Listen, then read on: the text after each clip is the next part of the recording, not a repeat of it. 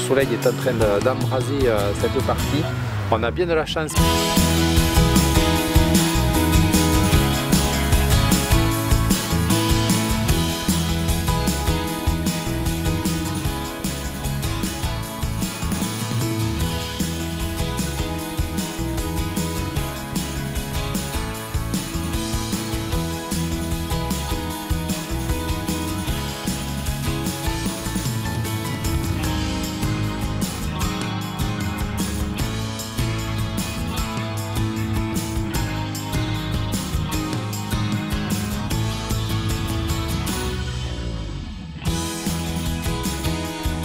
Alors bonjour à toutes et tous, on se retrouve pour un nouvel épisode de sortie photo. Certains ont remarqué que ça faisait bien longtemps qu'on n'avait pas fait un épisode de la sorte. Et pourquoi? Parce que l'équipe du Dracarts, nous avons déménagé.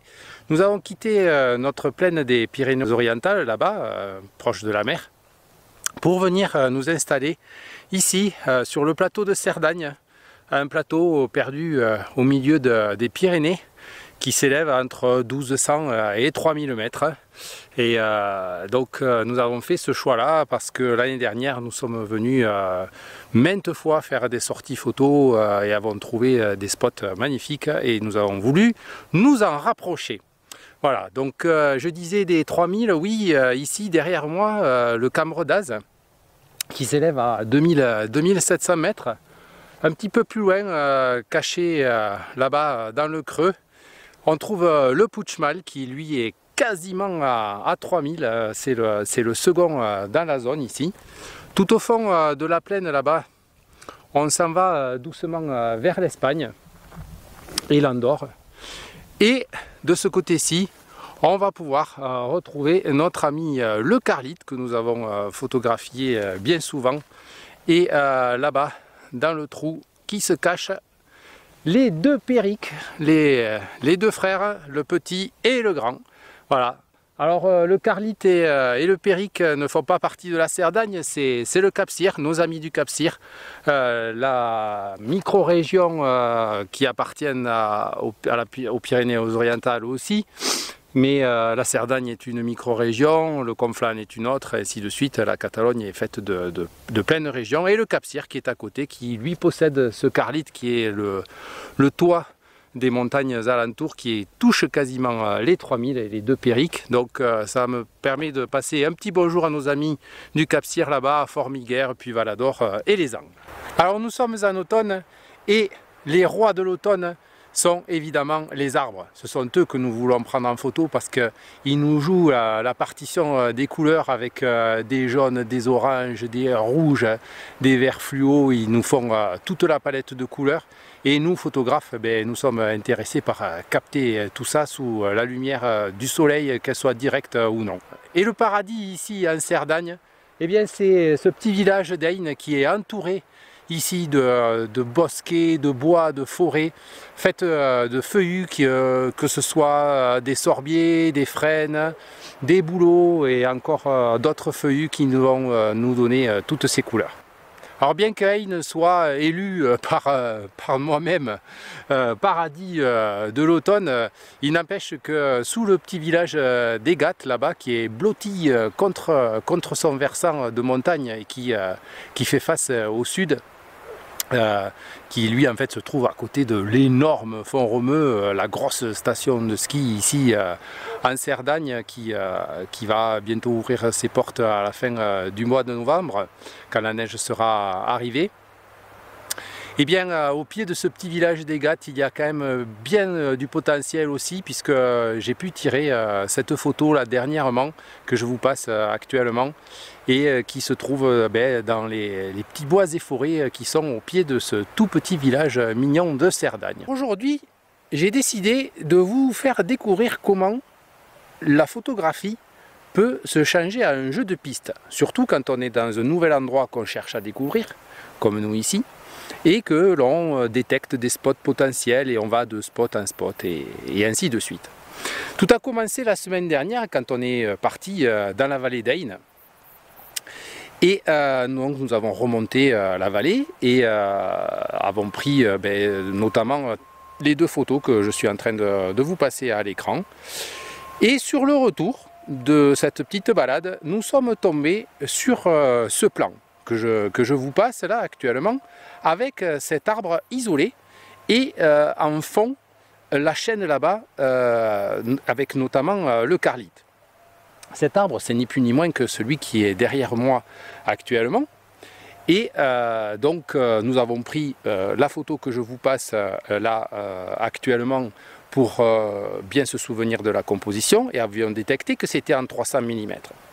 Du coup, avant-hier, je suis revenu en position avec la 300 mm cette fois-ci, parce que le test avait été fait avec une 200 qu'on avait croupée avec un facteur 1,5, donc le format DX chez Nikon. Et cette fois-ci, je suis revenu avec la vraie 300 et j'ai tiré la photo. Et d'ailleurs, voilà le résultat. Du coup, en tirant cette photo-là, je me suis dit, bien, pourquoi ne pas aller à cet arbre-là? Et vu qu'il est isolé, en plus avec toute cette herbe magnifique jaune qui reflète la lumière autour de lui, je me suis dit qu'il y aurait certainement une composition. Donc du coup, hier, je suis revenu encore une fois dans la zone, mais cette fois-ci à l'arbre, et j'ai cherché effectivement une composition. Alors, cette fois-ci, la photo se faisait dans l'autre sens, vers le sud, en laissant donc le carlite dans mon dos, et j'ai trouvé cette composition dont je vous passe la photo à l'écran actuellement. En attendant patiemment que la lumière change pour essayer d'avoir la photo que je recherchais, je me suis mis à scruter l'horizon. Et du coup, j'ai repéré le point là-bas d'où j'avais pris la photo en 300 mm, donc la photo inverse. Et cela m'a amené tout naturellement sur cette langue ici, là, d'herbe rase, avec au bout un bosquet et cet arbre tout rouge qui fait face à tous les arbres qui sont, eux, des conifères, donc qui sont verts. Et je me suis dit que peut-être il y avait quelque chose à faire. Donc, ça sera l'objet d'une potentielle sortie future et d'une composition à chercher. Également, j'ai remarqué là-bas cette clairière qui se trouve au pied du Cambre d'Az, juste au ras de la forêt de conifères, avec donc des arbres un peu de toutes les couleurs, jaune, orange, rouge. Et je me suis dit que là aussi, certainement, il y avait du potentiel parce que j'ai remarqué quelques alignements depuis ici.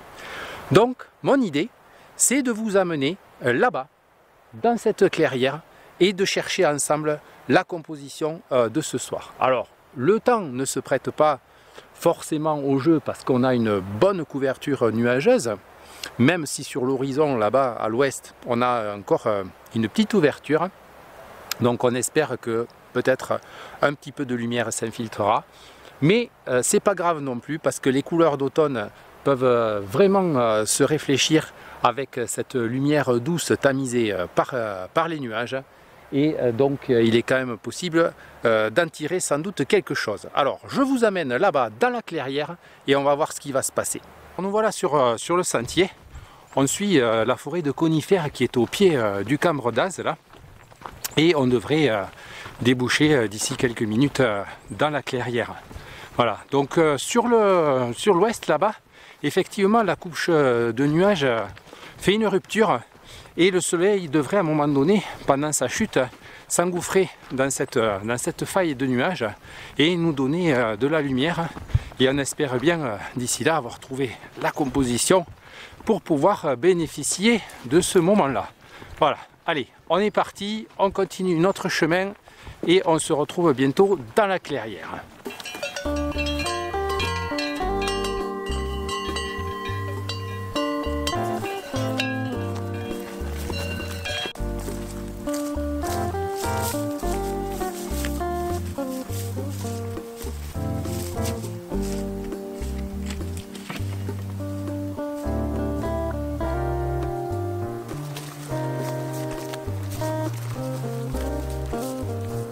La première chose qui m'a frappé quand je suis rentré dans la clairière plus haut, en fait, c'est cette ligne d'arbres qui est juste là, derrière moi, et qui en fait pour moi représente l'automne en furie. On a vraiment toutes les couleurs, on a du vert jaune, on a du jaune, on a de l'orange, on a du rouge, et on a ce conifère qui est en bas, qui vient faire le contraste lui avec son vert très sombre. Voilà.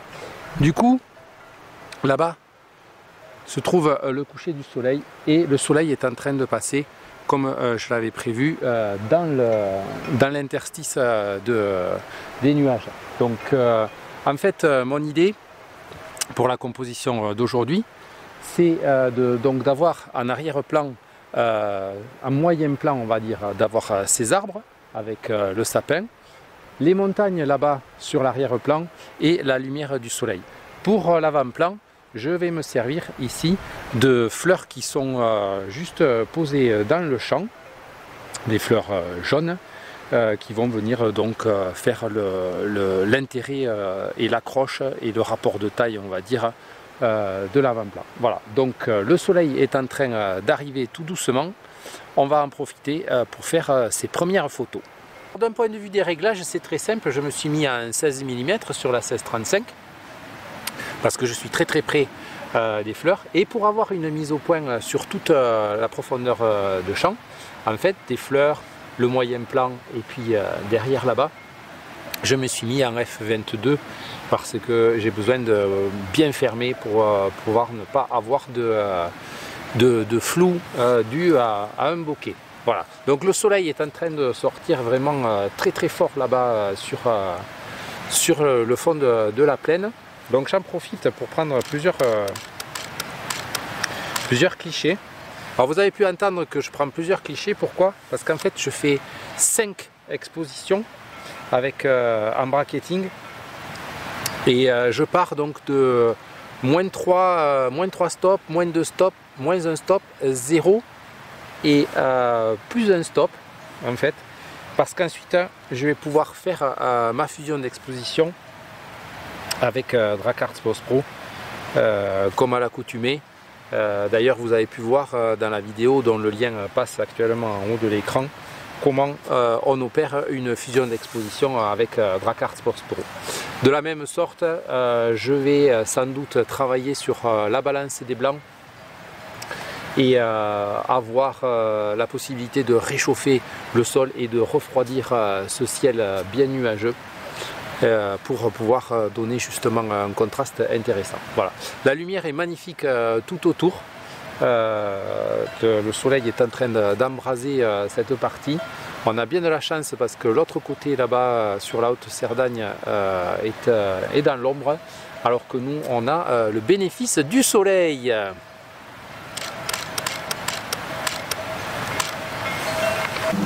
Voilà, le soleil a à présent disparu là-bas sur l'horizon, même si le ciel reste bien enflammé là derrière moi.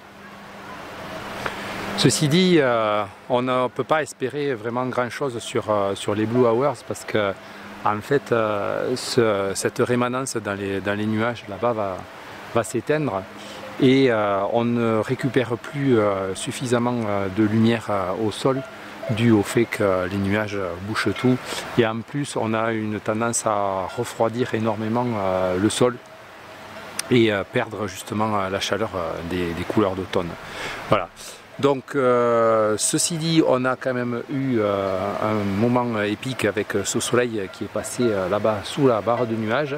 C'est encore merveilleux, et donc il ne nous reste plus qu'à plier boutique, parce que là maintenant ça va tomber très vite, et puis le froid va tomber très vite surtout, et on va donc pouvoir rentrer voir un petit peu l'analyse de ces photos.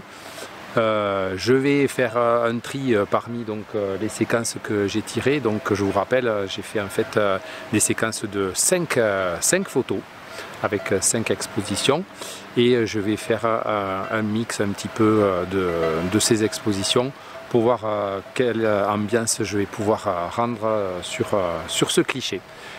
Vous allez le voir tout de suite pour ce qui est de la vidéo. Quant à moi, il va falloir que j'attende un petit peu plus longtemps que vous pour savoir ce que ça va donner, puisqu'il va falloir, comme je vous disais, faire ce tri et le post-traitement avec Dracarts Post Pro. En tout cas, je vous remercie très fort d'avoir suivi ce nouvel épisode de sortie photo. J'espère qu'il vous a plu. Si c'est le cas, je vous en prie, donnez-nous un petit pouce en l'air.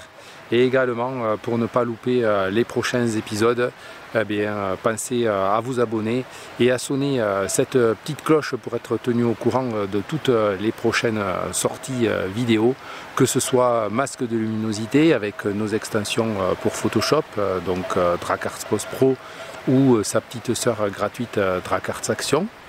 Ça peut être également du tutoriel Photoshop tout simple, du test de matériel ou encore de la technique et formation photo. Voilà, donc je vais vous laisser sur ces images de coucher de soleil. À très bientôt pour le prochain épisode et until next time.